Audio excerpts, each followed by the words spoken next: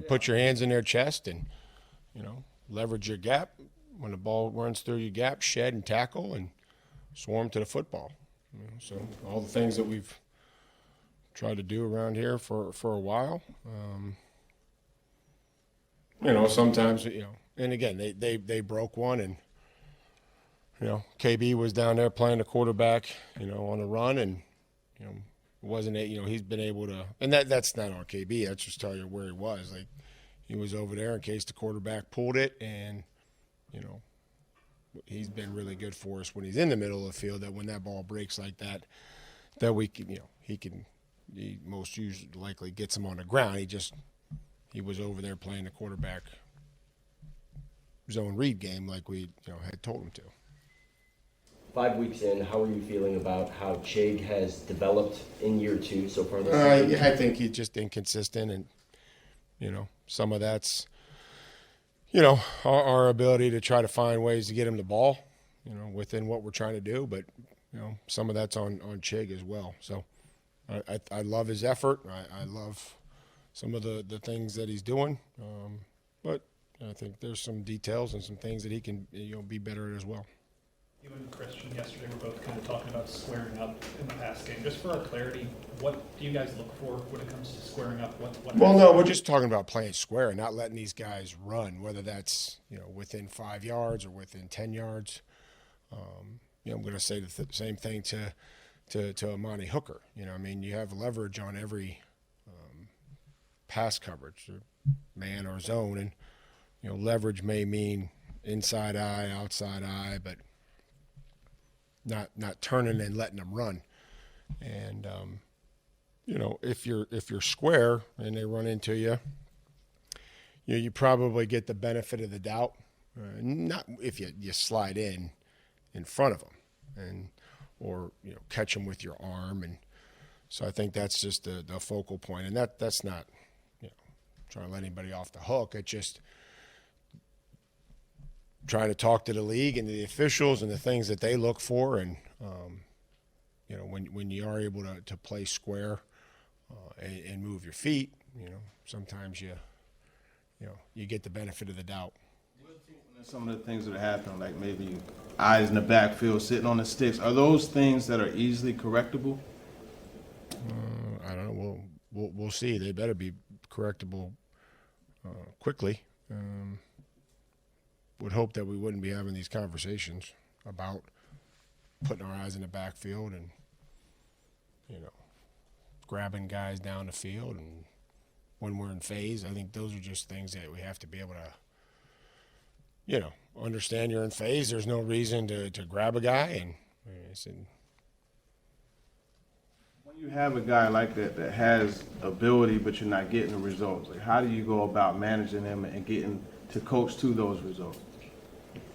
Well, I think at some point in time, this is professional sports, and we're going to coach them, coach every single one of them, Christian included, but we also have a job to do, and we have to go out and do it, and 1 week doesn't mean anything, and one game doesn't mean, it's unfortunate, but then we have to keep moving on, and we have to improve and figure out, is it that we're trying to make some plays? And, if you're in match coverage, really, the whole goal is that we don't let our man catch the ball, not that we're trying to make interceptions in match coverage, because then you start looking for the football, you start looking in the backfield, and then, they uncover or they make another move. So, there's opportunities when we can try to get an interception, and in man coverage, that's not one of them.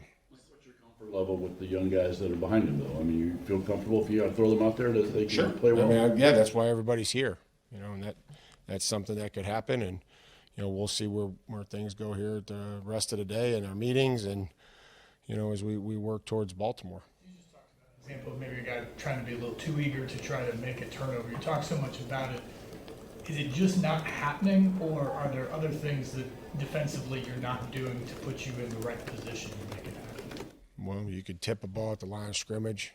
How many we don't tip any passes that then get intercepted. Talk about tip balls getting intercepted, so we don't tip any at the line of scrimmage. We don't hammer any footballs out. The ball was never in jeopardy yesterday. And quarterbacks are usually the number one target, and when you hit the quarterback 2 times, it's hard to think that you're going to get the football out when you can only hit them twice. Was yesterday a step forward in pass protection for you guys? I think so. I mean, I thought the pass game was efficient. Would have liked to been better in the red zone when we threw it, but we hit some chunks, we hit some play passes. I thought there were some good things there. Certainly there were some good pockets, and quarterback got hit a couple times, but I felt like we had time to work our way through and progress through the route, and gave him some time to get the ball downfield. Yeah, I think a little rusty, but maybe a little conditioning, but I think excited about getting him back in there and having him another week, and it was a good step for him to get back out there and be able to play through the entire game. Nicholas, one of the guys that was inactive, it just the feeling on him going into the week, he just needs more time to get his technique and conditioning, everything back. Yeah, I mean Nick's been out a while, so Nick will have to earn a spot back onto the offensive line and what we're trying to do. So he had a little bit of practice last week, and he'll get more this week. Agents tweeted that he's joining the practice squad. He's a veteran guy. What does he bring to the defensive line? I don't even know if he signed the papers or not. So until I get confirmation of that, I'm sure his agent, you can check with him on Twitter. But I'll let you know soon. I don't want to say something misspeak. When I in the process of me coming up here. How's Tajay Spears progressed as an offensive weapon this year? Good. We got to continue to find ways to get him the ball. My favorite contributions that he makes, I know that he's going to do good things with the football, but even on the pass to Wesco there on short yardage, he's sprinting down there to block somebody that's trying to hit, Trayvon, and he tries to protect the guy with the ball. Didn't really mention it, I don't think, during the week in Cincinnati, but the 15-yard penalty that everybody was questioning was Tajay coming over and blocking a guy and squaring him up in the hole and then driving him as the pass went, and the guy ripped Tajay's helmet off, and that's what they ended up calling it. So, I think there was some questions on, was it on the quarterback, was it on Nick? It was actually Tajay's willingness to go in there and block the guy and finish as long as he could that the guy got frustrated and ripped his helmet off. So those are the things that, again, we talked about in Minnesota when he came in and blocked in the pressure and the mug look. And so those are all really, really positive things outside of what he does with the football in his hand, which, speaks for itself. With DeAndre Hopkins, that drive coming out of the halftime, it kind of took over that drive. How do you like the way he's just kind of getting settled in as one of the major guys in the offense? Well, he has to be, and he knows that, and the connection that he has with the quarterback and his ability to find seams in the defense, and whether it's to settle down or uncover, run through his zone. Ryan gave him a good ball, or his ability to adjust to a pass, his body control. So, I know up until yesterday, he obviously would have wanted more production, but I've mentioned before, every time we've needed a play on third down, he's been there, or a play at the end of the Chargers game, made a huge play. So yesterday it was great to see him, have some, production. You talked a lot about explosive plays that you've given up defensively, but offensively, you've had a bunch of 15, 16 play drives. Do you need a few more explosives to make you not have to drive 80 yards in 17 plays? I mean, unless you score from the 50-yard line, you're going to have to be good in the red zone. So, we'll take as many as we can get. I think we're trying to get them. Maybe we could have thrown to Chris. I think Ryan could have probably let one go to Chris Moore there around maybe it was the 35 or something going in. But other than that, I don't know where we would have, gotten any more of them. Factors went into Maybe your break a couple runs, but that was few and far between. factors went into your decision to practice here for most of the week rather than go over to London for the entire time? Our experience, I think, the last time that we went over is get a lot of work in here, have everything that we need here at the facility,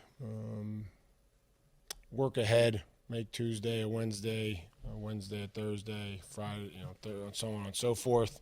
Get over there, get adjusted, have a Friday practice, clean up a lot of the stuff that we did, and then have our normal preparation for the game. I've talked to a lot of people that have done it both ways, and that's how we did it the last time. Felt like we were ready to go, and it just didn't end the way that we wanted to. Were there any things from that last time you were there that you said, okay, you know what? Next time we're going to do differently, and you're doing differently this time? We're going to get the 2-point conversion. That's what we're going to do. But as far as like operation-wise. Oh, okay.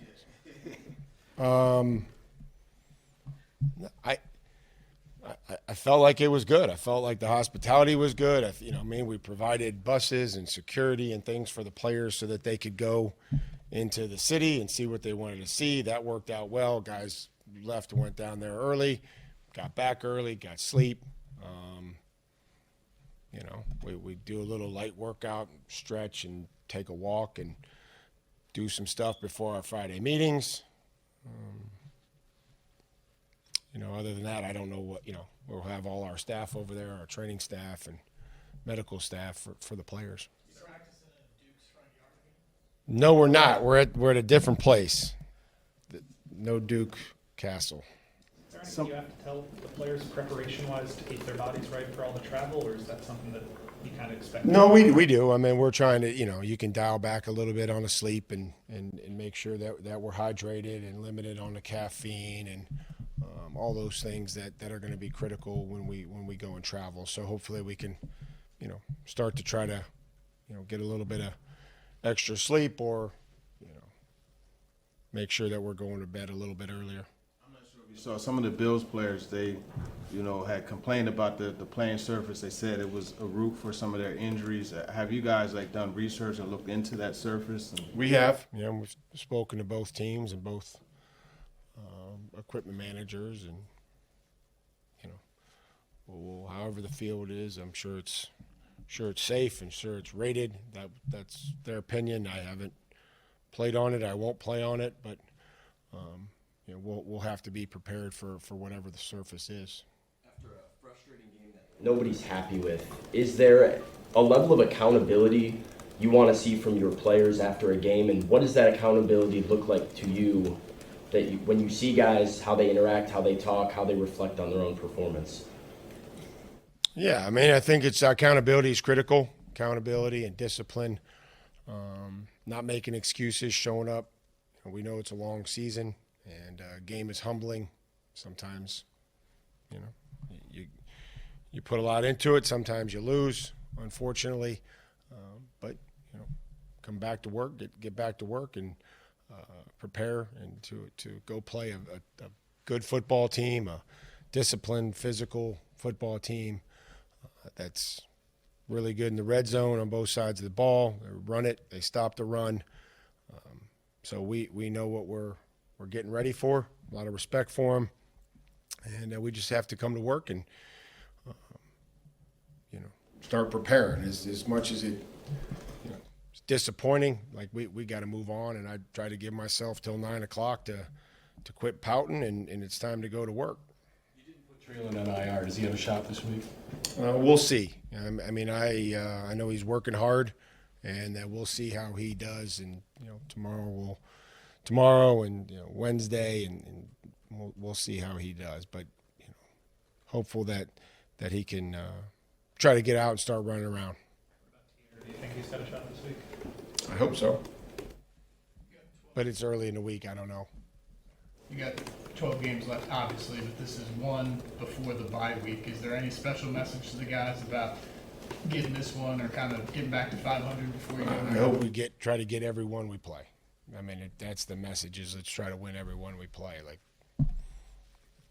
just it's a week-to-week league, and focus on this week and everything that we can do, and then figure out where we go after that.